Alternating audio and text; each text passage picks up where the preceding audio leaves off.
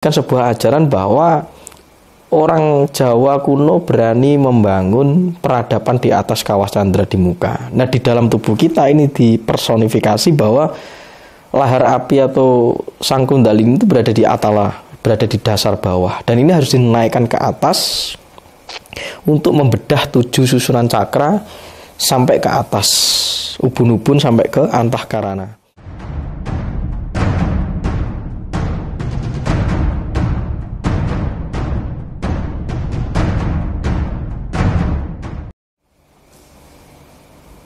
Rahayu, selamat malam Mbah Tunjung. Selamat malam Mas Roy. Rahayu, rahayu, rahayu. Mbah, ini Mbah lagi di Bali nih Mbah sekarang. Bagaimana Mbah kesan-kesannya setelah sekian lama baru kembali lagi di Bali ini? Jadi beberapa acara yang sudah Mbah kunjungi atau beberapa tempat yang sudah Mbah kunjungi, apa kesan-kesannya Mbah di Bali? Iya Mas Roy, jadi kali ini kunjungan kita termasuk seluruh Nusantara bersama teman-teman yang selama ini menjadi partisipan kita, juga pendukung ya. Ya, saya merasa bahwa Bali itu rumah ya, terutama bagi saya pribadi. Maksudnya rumah itu ketika saya ke Bali, itu ada kata kembali, itu berarti kan sebuah pasemon atau sloka, kiasan bahwa kita harus kembali kepada corak jati diri. Dan mau tidak mau kita harus perlu akui bahwa Bali ini masih menyimpan bagian-bagian penting sejarah-sejarah dan perpustakaan Nusantara pasca kerajaan Majapahit itu lengser. Jadi ketika saya ke Bali, ya bagaimana? Dunia ini sangat mengenal Bali. Bahkan saya sampai pernah dijapri oleh seorang warga negara asing ketika saya mulai posting beberapa foto yang ada di pura gitu, dan ada di beberapa tempat di Bali, termasuk pas waktu saya kontemplasi di bawah pohon itu di daerah Munduk, Singaraja. Itu saya dijapri, ini di mana tempatnya? Jadi intinya dia tanya, ini di mana tempatnya? Oh, saya bilang Indonesia. Dia tidak tahu Indonesia Mas, tapi malah menjawab saya tahu Bali. Jadi ada beberapa orang turis yang menjapri saya, mengkomeni beberapa postingan, termasuk saya pernah memposting Candi Borobudur, dikomeni bahwa Indonesia itu bagian dari Bali. Ya enggak apa-apa, ya nyatanya itu premisnya Bali bagian dari Indonesia, di Bali Indonesia bagian dari Bali, dan ini juga merupakan satu kesatuan. Yang menjadi masalah itu Bali lah yang akhirnya lebih dilihat sebagai ikon, karena masih ada taksu energi, panorama, budaya yang masih tetap bercorak kenusantaraan ya. Secara 80% prosentasenya, karena saya merasa bahwa Bali ini masih memiliki sisa-sisa artefak, corak, budaya, persona dari Nusantara itu sendiri. Kalau kita ngomong soal seperti apa sih Nusantara, wajah Nusantara, ya Bali salah satu bentuknya yang masih menjaga keorisinalannya 80%, karena sebagian sudah ada pengaruh dari ajaran dari Hindia juga dan lain sebagainya yang sangat mendominasi. Termasuk ketika Bali harus mengakui ya, karena itu peraturan negara pada waktu itu harus beragama namanya Hindu. Padahal sebelum adanya Hindu, Bali sudah memiliki ajaran sendiri namanya agama Tirta, dan itu salah satu bagian dari ajaran Nusantara kuno. Jadi kesannya saya seperti pulang ke rumah, saya sowan kepada guru-guru sepuh yang di sini disebut peka ya, itu para praktisi dan penganut tantra, dan itu salah satu ajaran kuno yang memang asli Nusantara, Mas Roy. Jadi saya di sini sowan karena semenjak mendiang guru saya sendiri sesepuh sudah meninggal di Jawa itu, ya saya harus laku ke sini untuk terus terkoneksi dengan yang sepuh-sepuh yang masih ada di sini. Bahkan Jelas tadi kita ketemu dengan Pekak Mangku Teja Kandel itu ya. Itu juga luar biasa, di usianya yang sudah 110 itu masih etes dan luar biasa. Dan hari ini sungguh sangat saya merasa ketiban sampur atau beruntung bisa berkomunikasi, bahkan bersentuhan, sowan langsung ke tempat beliau. Yang sebelumnya saya juga belajar dari Jero Ketut Sandika, itu juga di Kelungkung, karena ternyata Jero Ketut Sandika ini juga kakeknya adalah penganut dan praktisi tantra, dan sanatnya masih terjaga sampai ke Jero Ketut Sandika dan keluarganya. Jadi saya berterima kasih terutama di Bali yang sudah welcome dengan saya secara energi, secara danyang, secara budaya, secara keluarga itu. Jadi semoga Pelita Nusantara itu mengalir terus dan saya diberi kesempatan, bukan berarti yang paling benar dan paling merasa jadi utusan, tapi setidaknya saya setitik saja untuk benar-benar bisa konsisten agar menebar pelita-pelita Nusantara yang kemudian membangkitkan para orang-orang atau pitara yang lebih hebat daripada saya. Dan inilah kebangkitan Nusantara, kebangkitan kesadaran secara kolektif yang akhirnya bisa berimpas dan dikenal di seluruh dunia bahwa Nusantara pernah memiliki kemandirian dan peradabannya sendiri, terlepas tidak adanya ego pergesekan, tapi hanya mengedepankan rasa berbudi luhur, kewelas asian, dan menjelaskan bagaimana cara hidup merawat 5 elemen termasuk planet yang kita huni dengan konsep selaras dengan alam. Gitu, Mas Roy. Ini di tanggal 27 sampai 28 Mei di bulan Mei ini kita akan mengadakan acara aktivasi Kundalini yang bertempat di Jakarta, Mbak. Nah, acara ini diselenggarakan oleh seluruh Nusantara. Nah, yang mau coba dibahas oleh Mbak, bisa dijabarkan Mbak mengenai arti Kundalini ini secara menyeluruh, Mbak, agar sedulur-sedulur bisa mengerti bahwa Kundalini ini sebenarnya maknanya apa gitu loh, Mbak. Monggo, Mbak. Ya, Mas Roy. Jadi Kundalini ini adalah salah satu platform acara kita di mana kita mulai sedikit mengambil sepercik saja ajaran dari Nusantara yang kemudian kita kemas dengan nama Kundalini Sakti. Yang sebenarnya Kundalini itu berasal dari bahasa Sanskerta yang ada dari India sana, Mas Roy. Dan itu lebih familiar ya, lebih terkenal di beberapa tradisi, terutama di seluruh tradisi di dunia itu Kundalini itu ada. Jadi seperti Jepang mengenal sebagai Reiki, Cina itu Qi itu, dan beberapa dunia seperti ular melingkar yang ada dilambangkan di Konfusiusnya ajaran Barat dari Eropa gitu ya, Mas Roy. Itu sebenarnya juga bagian penggambaran dari Kundalini. Nah, Kundalini ini paling simpelnya sebenarnya adalah api atau energi, juga bisa dipahami sebagai daya gerak hidup. Jadi kita bisa hidup karena adanya pergerakan energi. Nah, energi yang membuat kita bisa bergerak, beraktivitas itu adalah di-trigger oleh Kundalini.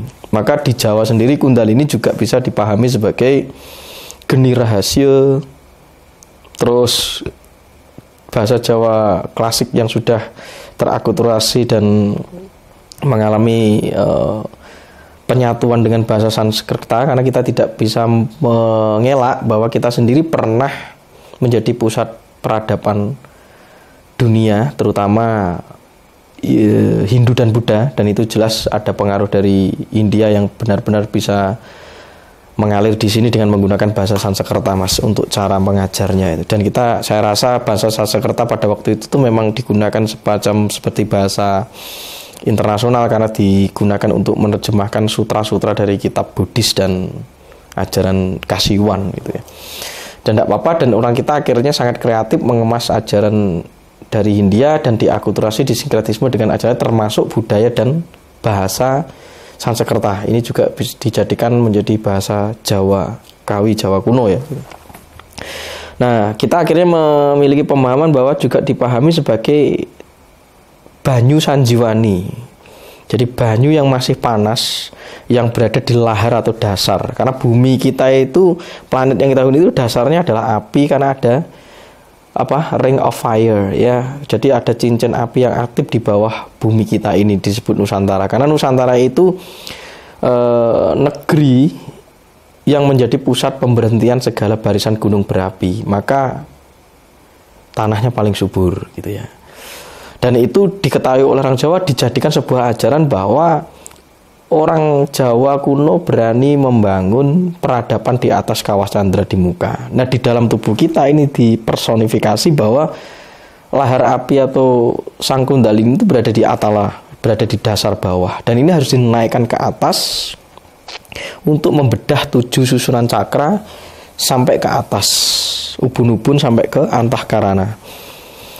Karena inilah yang disebut penyatuan Kundalini dan Sakti. Inilah di mana proses perjalanan pencerahan kita akan mampu mencapai muara tujuan daripada evolusi kehidupan kita sebagai makhluk kesadaran atau makhluk spiritual. Nah, energi di dalam tubuh kita itu memiliki 7 medan pusaran yang disebut cakra. Nah, cakra ini harus dibedah oleh si api Kundalini, didorong untuk naik ke atas agar semburat dan pecah di dalam tubuh kita. Nah, ketika kita mengalami banjir energi, maka energi inilah yang akan mengantarkan kita kepada evolusi kesadaran spiritual.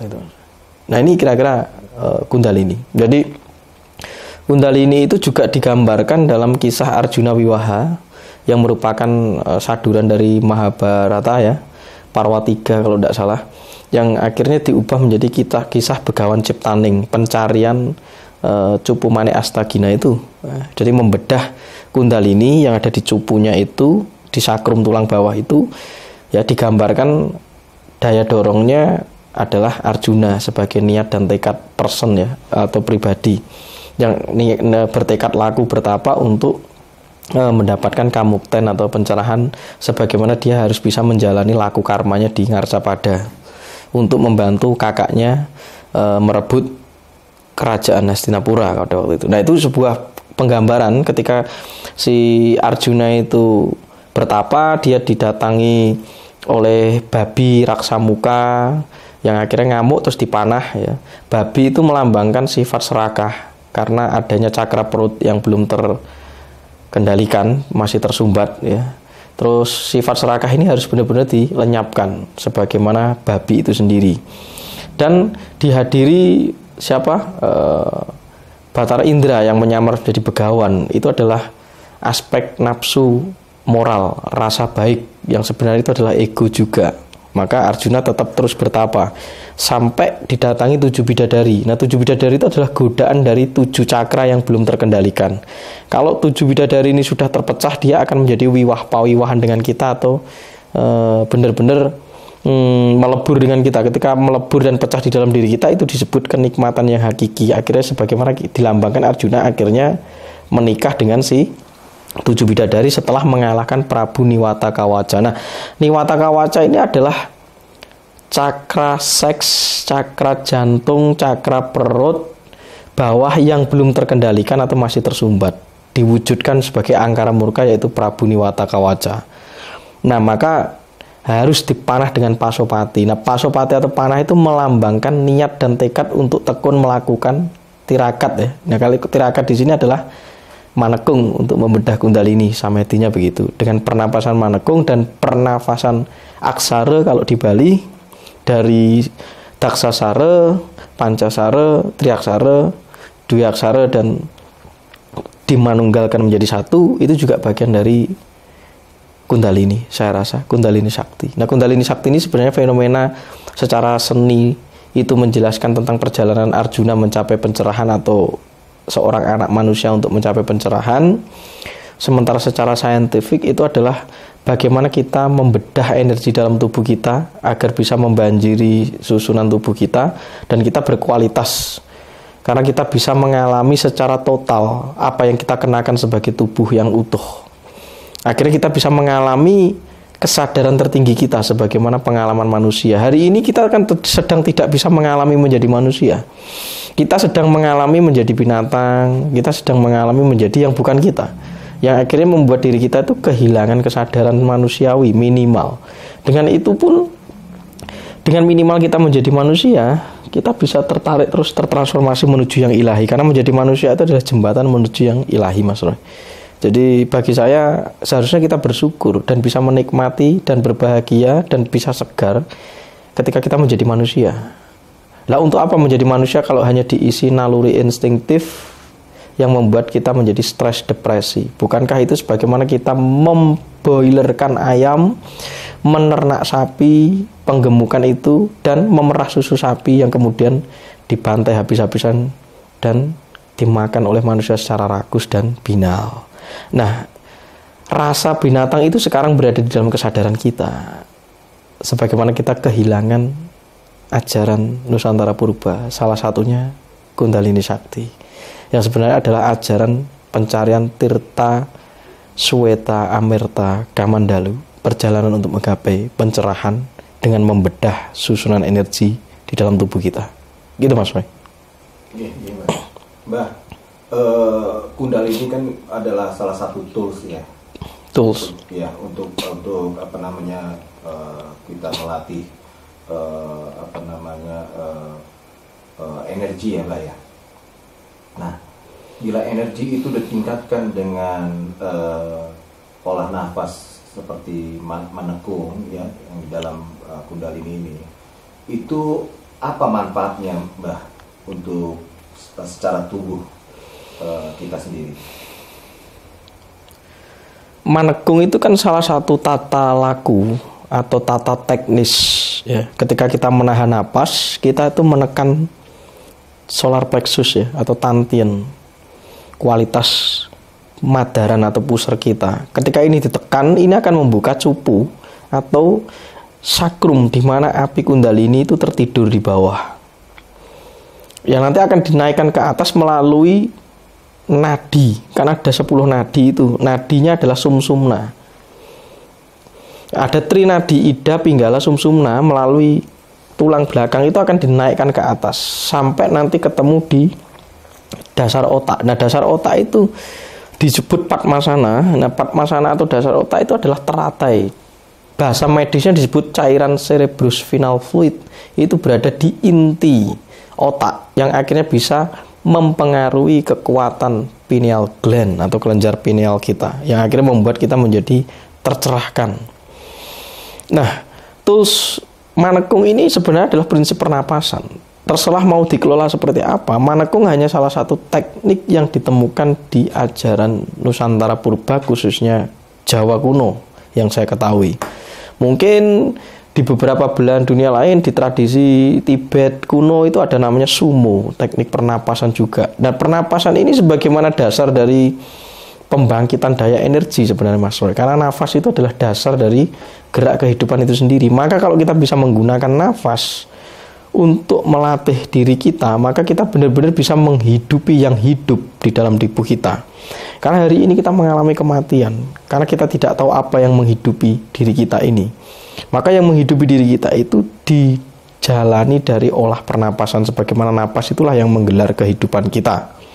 Akhirnya kita terhubung dengan sesuatu yang unknown, yang tidak diketahui gitu. Nah, itu kesadaran ya, yang maha sadar. Nah, ini teknis. Nah, Kundalini itu ibaratnya adalah mekanisme bagaimana secara ilmiah kesadaran itu bisa tersemburat, terbongkar, meluas di dalam tubuh kita. Ya, kalau kita bisa meledakkan seluruh energi yang terkunci di 7 cakra kita melalui password atau kunci yang disebut Kundalini. Dengan Kundalini ditemukan dengan saktinya, maka kita akan sampai kepada titik tertinggi yang disebut kesadaran. Jadi laku teknisnya adalah manekung, toolsnya salah satunya, mekanismenya adalah kundalini. Nah ini dalam bahasa ilmiah, kundalini ini salah satu kasunyatan atau mekanisme alamiah alam kita yang ada di dalam tubuh.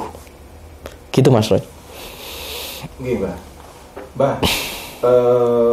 Kundalini ini terserap oleh tubuh, diaplikasikan oleh tubuh. Nah, bagaimana orang ini bisa konsisten untuk melatih olah napasnya? Bagaimana menurut Mbah kepada para sedulur-sedulur yang nanti mungkin akan ikut serta di acara kita ini, Mbah? Kuncinya ya memang konsisten. Maka Arjuna itu tetap bertekad bertapa walau dihadiri beberapa distraksi atau godaan. Babi, ya kan, raksa muka itu, godaan bidadari, ya kan, terus si begawan yang jelmaan Dewa Indra itu, ya, terus Dewi Suprobo, itu semua adalah wujud godaan sebenarnya, distraksi. Nah kita harus menangani itu. Maka orang Jawa itu sopo sing tekun, golek teken bakal tekan. Siapa yang tekun melatih dan belajar, maka dia akan sampai kepada kualitas tertinggi dari dirinya sendiri. Kualitas tertinggi inilah yang disebut enlightenment, Mas Roy. Jadi memang menjaga konsistensi dan komitmen itulah yang terpenting. Maka ada pola treatment tertentu. Salah satunya manekung, berpuasa, ya kan, relaksasi naik ke gunung, healing ke pantai, meletakkan HP sementara juga bagian cicilan kredit kita untuk menjaga komitmen dan konsistensi kita. Jadi jangan sampai mau kalah dengan aspek ilusi pikiran kita yang sudah terjerat oleh ruang waktu. Itu Mas. Jadi logisnya kalau sampai menggunakan motor itu butuh bensin. Kalau bensin habis juga harus diisi. Sama seperti baterai HP. Kalau baterainya sudah habis, jika bisa dipakai, tetap harus istirahat, dicas. Manusia sama. Rest atau relax itu recharge energi, termasuk dengan laku-laku kultivasi dan laku-laku asketis yang saya jelaskan itu. Sebenarnya jangan, kalau kita bilang kita buang saja, oh ini sedang menjalani laku spiritual. Ya hidup kita itu sebenarnya kalau didasari kualitas, didasari niat untuk benar-benar mengembangkan kemampuan diri kita, itu sebagaimana sudah menjadi laku spiritual. Tanpa dibedakan lagi, oh dia sedang menjalani laku spiritual. Salah. Laku spiritual itu disematkan bagi orang-orang yang sudah terjatuh baru mencari cara untuk bangkit. Nah seringkali itu dikatakan sebagai laku spiritual. Padahal segala hidup kita mulai dari makan sampai ngepup itu adalah spiritual. Karena tubuh kita itu adalah pengalaman spiritual. Seharusnya karena kita makhluk spiritual yang sedang diizinkan mengalami kemanusiaan dan seluruh perangkat yang ada di jagat raya. Nah maka kita pilih dong secara kenyataan, sebagaimana analogi yang saya bilang tadi, bahwa kalau HP pun kalau sudah waktunya cas HP ya dicas. Baterainya kalau sampai habis ya tidak bisa digunakan apa-apa. Manusia sama, kalau energinya sudah defisit dan berada di batas limit bawah, laku untuk isi bensin lagi, baru digunakan untuk beraktivitas. Karena saya sudah sering bilang, tubuh kita mengalami stres, depresi, kesal, capek, dan lain sebagainya itu karena kita mengalami defisit energi. Kalau energi kita tinggi, tubuh kita selalu berada di dalam kesegaran. Di dalam fenomena yang disebut tubuh yang segar, terdapat rasa tentrem atau bahagia, termasuk rasa gairah, sadar, awas, eling, yang akhirnya membuat kita mampu menjaga status tentrem atau bahagia kita. Itu Mas Roy. Iya Mbak. Berarti memang diri kita sendiri itu bisa mericas energi yes. Ya Mbak ya. Yeah. Secara energi ya. Jadi kita memang harus aware kepada diri kita sendiri ya Mbak. Yes. Nah budaya rest ini kan alamiah. Kemampuan istirahat itu kan alamiah. Nah sekarang istirahat kita itu dipengaruhi oleh budaya. Nah, budaya itu membuat bahwa istirahat itu harus tidur. Ya, istirahat itu harus tidur. Padahal substansi atau hakikat istirahat itu yang sebenarnya adalah rest. Lah bagaimana kamu bisa rest yang benar-benar rest disebut relax itu? Ya salah satunya dilatih untuk meditasi, manekung. Itu untuk mengolah tubuh kita agar benar-benar kendor ototnya, agar secara hormon pun benar-benar bisa relax. Karena ternyata hanya dengan tidur kita tidak relax. Karena ketika kita tidur kita masih membawa mental tekanan di alam bawah sadar kita. Maka hanya dengan berlatih meditasi, melatih berpuasa, menjaga makanan yang dimasukkan kepada tubuh, ini pun adalah latihan untuk recharge energi. Ini pun adalah bagian latihan untuk istirahat yang sebenarnya. Itu Mas Roy, termasuk manekung Kundalini Sakti itu. Mbah, ini yang terakhir Mbah. Orang banyak yang ingin menjalankan spiritual Mbah. Nah, manekung ini adalah salah satu laku tools untuk berspiritual Mbah. Kenapa kadang-kadang orang itu sulit untuk melakukan laku Mbah? Karena kebanyakan hari ini orang itu tidak mengalami tubuhnya sendiri. Orang itu banyak mengalami apa yang dikatakan orang lain, Mas. Termasuk apa yang saya katakan ini alami. Manekung, apa yang saya share di YouTube, itu alami. Latih, laku. Kalau kita tidak mau mengalami dan berlatih atau laku atau membuktikan, ya tidak ada transformasi, tidak ada perubahan. Karena banyak manusia hari ini tidak mengalami dirinya. Dia hanya mengalami satu bagian kecil dari hidupnya, yaitu pikiran dan emosi secuil yang dikembangkan dan dipengaruhi oleh sugesti lingkungannya. Dia tidak mengalami dirinya secara utuh. Mas Roy, bagaimana cara Mas Roy mengalami diri Mas Roy secara utuh? Mas Roy tak tanya, apa yang membuat Mas Roy itu tahu kalau Mas Roy hari ini hidup? Saat ini hidup. Bernafas, Mbak. Ya, bernafas. Dan bernafas itulah kesadaran. Karena Mas Roy itu kesadaran, sadar, maka Mas Roy tahu bahwa aku ini sedang ada dan hidup. Maka ketika aku terus mengalami secara total apa yang ada di dalam diriku, aku mengalami gairah hidup. Ini yang disebut urip itu urup. Kalau urip itu tidak urup, itu bukan urip. Itu kelalaian dan mendekat kepada kematian.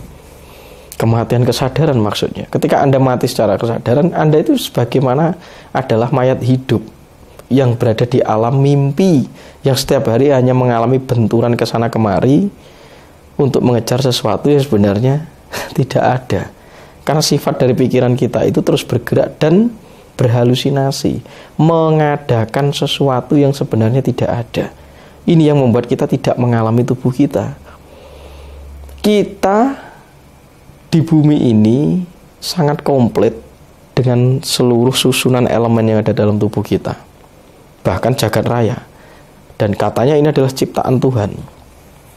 Tapi hari ini dari setiap kita mungkin hanya 2-3% orang yang benar-benar menyaksikan secara betul-betul ciptaan Tuhan yang nyata. Karena kebanyakan orang hari ini hanya menyaksikan angan-angan atau ciptaan pikirannya sendiri yang tidak nyata. Dan itu yang membuat dia tidak bahagia, Mas Roy.